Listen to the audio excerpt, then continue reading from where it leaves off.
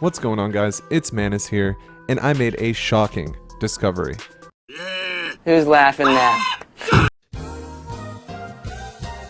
Whilst trolling around through the internet, as I normally do, and through the past of just watching Fallout content and things like this, you may think, well, maybe you got this information from other people around the internet. Well, of course I got Fallout lore information from other people. I didn't write the Fallout lore. But this isn't the case. I remember it clean as day. From the depths of old Mingtown rode a mantis one fine day. Hardly trolled the folks around him, they didn't have too much to take. No one dared to ask his business, no one dared to make his score. The mantis there among them found that New Vegas is Fallout 4. New Vegas is Fallout 4. What I want to talk about is the fact that New Vegas is legitimately Fallout 4. Now you may think, like, when it comes to like the big numbered, well, I realize it's not numbered, but the main series of Fallout, you got Fallout, Fallout 2, Fallout 3, Fallout New Vegas, and then Fallout 4, and Fallout 76, of course. So you may be saying, oh, well, are you just trying to say that New Vegas is the fourth game in the main Fallout series? No, I am actually trying to say that New Vegas is legitimately what Fallout 4 should have been. Now, how did I come to this conclusion? Just sitting around, thinking about things that I normally think about, which literally extends to Fallout and the lore and history around it. I started thinking about the similarities between VanBuren and Fallout 4. VanBuren and Fallout New Vegas, not Fallout 4. Well, technically Fallout 4, and we're going to get to why it's Fallout 4 here right now. I like this. This is cute. I want this inside of me.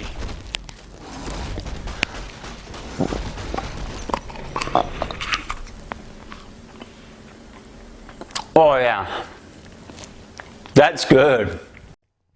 In VanBuren, the player character is locked in a prison in the Midwest Commonwealth, and they're tasked with getting out.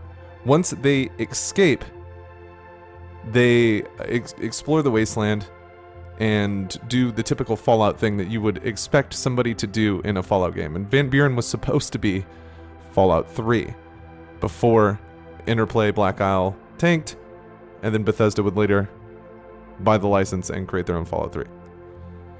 Now, when it comes to the similarities between Fallout New Vegas and VanBuren and the types of lore that they shared, now VanBuren took place in 2253 with New Vegas taking place in 2281. Now, VanBuren does share one location for certain with Fallout New Vegas, and that would be Hoover Dam. Now, in VanBuren, Hoover Dam was kind of depicted as like a rundown settlement that was occupied by super mutants.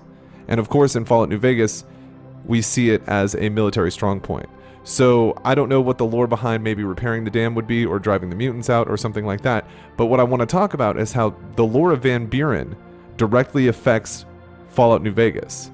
And when you go through the lore of VanBuren and you realize what Fallout 3 would have been, you can see that the lore that they were building up to would lead to the New Vegas game that we got. VanBuren would also introduce a faction that we hadn't seen in the Fallout universe until VanBuren's lore starts kicking up, which is Caesar's Legion. And there would be a conflict in VanBuren, or at least a looming conflict, between the NCR and the Legion.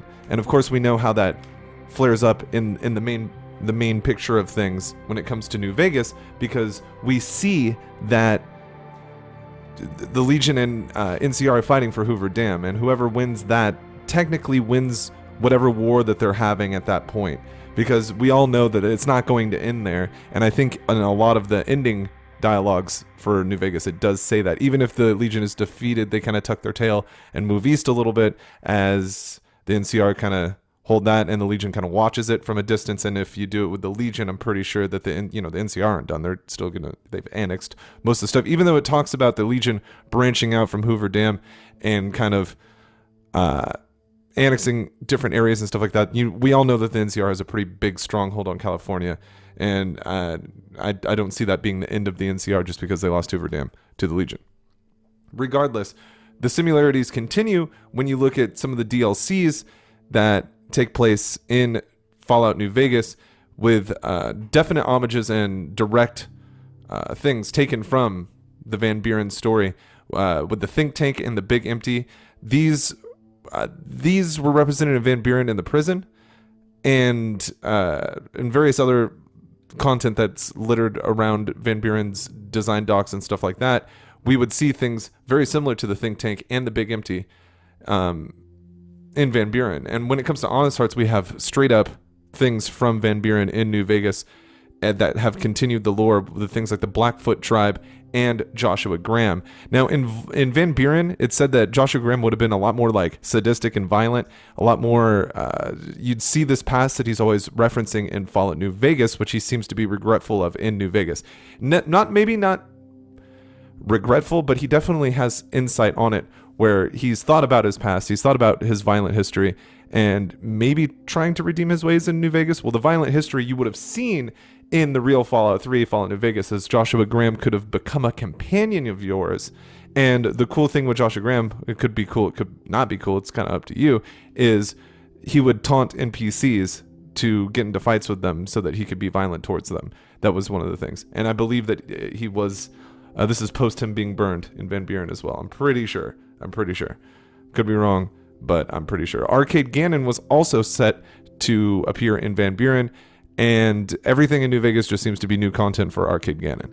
So anything that was going on in VanBuren, it's not really known with Arcade Gannon because the design docs just simply aren't there for us to look through and kind of study the way that we are able to study a lot of the stuff that still exists. And one of the big reasons that this is happening is you have Josh Sawyer, Chris Avalon, Fergus Urquhart.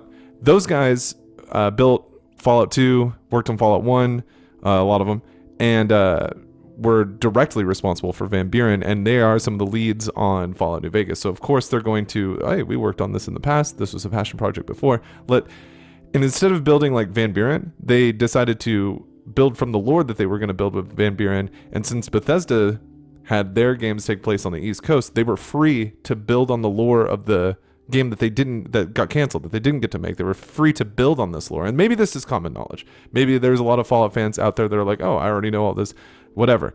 What I'm stating is, if you're just a casual Fallout fan and you don't really know much about this, this is a really cool insight to what has transpired pre Fallout New Vegas, like, because you have the comic book series that kind of gives you some backstory to the events in New Vegas, but this is like major lore stuff in VanBuren that we see the aftermath of in Fallout New Vegas.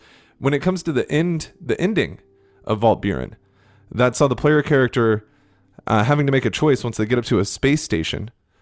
The protagonist, or the antagonist rather, would be threatening to pretty much nuke the world to cure a new plague.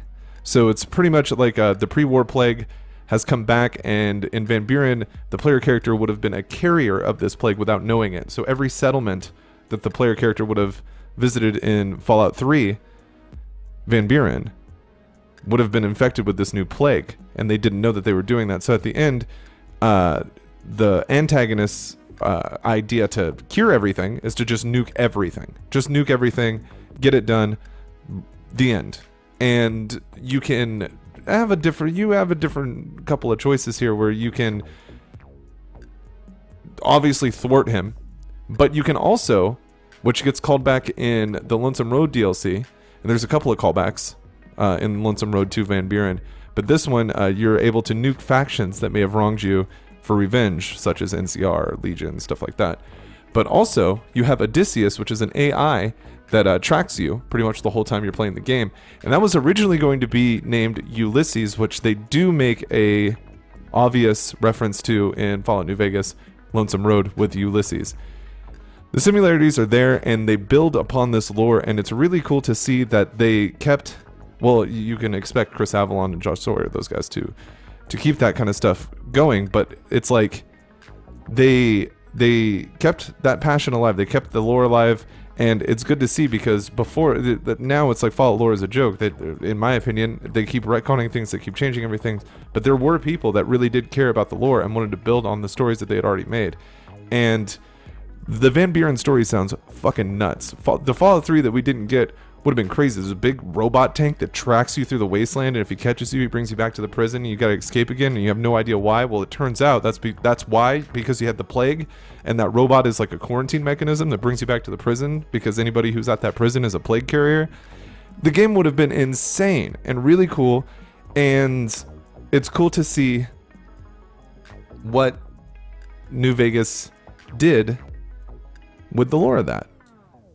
Really expanded upon it, and in my opinion, when it comes to true Fallout lore, that makes New Vegas Fallout 4.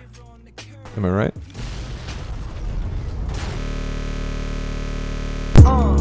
I gotta testify. Come up in the spot looking extra fly. For the day you die, you gon' touch the sky. You gon' touch the sky, baby girl. Testify. Come up in the spot looking extra fly. For the day you die, you gon' touch the sky.